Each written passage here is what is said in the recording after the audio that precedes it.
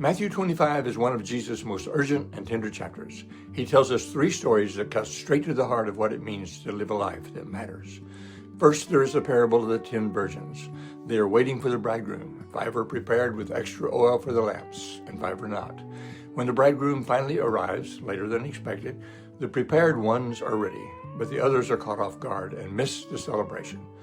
Following Jesus means staying attentive and prepared, even when things feel delayed. Next comes the parable of the talents.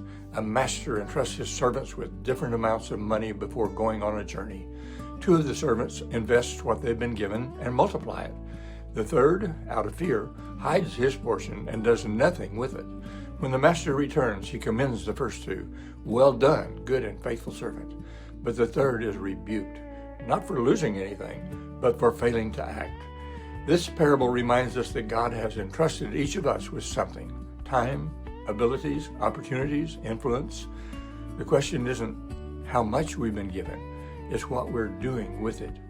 Finally, Rabbi Jesus announces the final exam, but he wants us to pass it so badly that he gives us the question in advance and then proceeds to give us the answer also.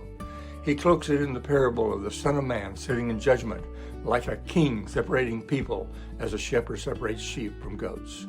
The final question is, how did you treat others? The correct answer is, I fed the hungry, welcomed the stranger, cared for the sick, clothed the naked, and visited the prisoner. Jesus says, whatever you did for one of the least of these, you did for me. Our everyday acts of compassion, how we treat others, are the litmus test of our commitment to discipleship.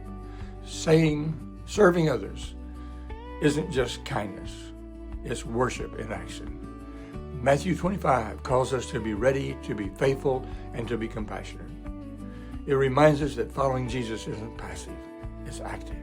It shows up in how we prepare, how we use what we've been given, and how we treat the people around us. Jesus is not hiding somewhere far off. He is in the face of the person who needs you today.